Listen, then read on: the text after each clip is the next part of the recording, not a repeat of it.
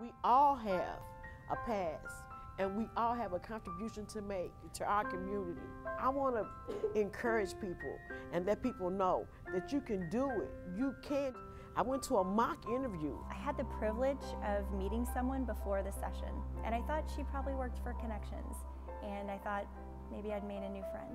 And just like you all, we bonded. Fast forward to our interviewing session, I look and make eye contact with the woman, and I realized that she didn't work at Connections to Success, but she's a recent graduate.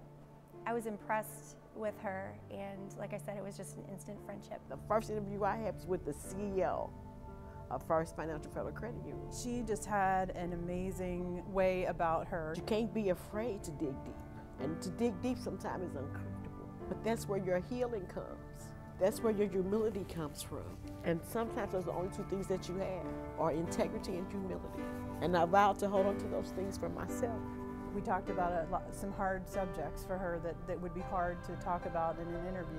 And I was so grateful that I had already been taught how to answer those questions. And my CEO's name is Carol Minguez, and she said, "Do we have any positions open?" She just made such an impression on us that she would be a great person to add to our team. It was life-changing.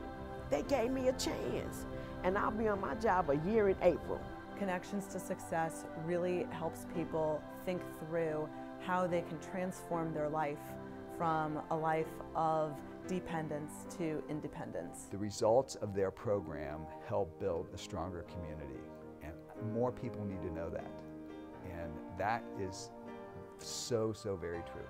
Because most people that's been gone as long as I was for 16 and a half years, most of them get out and they feel like they lost. And when I came home, Connections to Success did have an impact. There is no excuse for a person to say they can't get to the interviews, that they can't get to work. There is no way you can't say you don't have the proper clothes. That's why I work the program and was successful with it. And so I end up getting hired as a cosmetology instructor. At the end of 2008, I end up starting a clothing business. So I sell plus size women clothes and purses, and I also make my own jewelry, me and my daughter. But being a working mom it's a struggle. It's a struggle. To me, once you have a child, it's not about you anymore. It's about them. If we can make a better life for the parent, it'll be a better life for the child as well.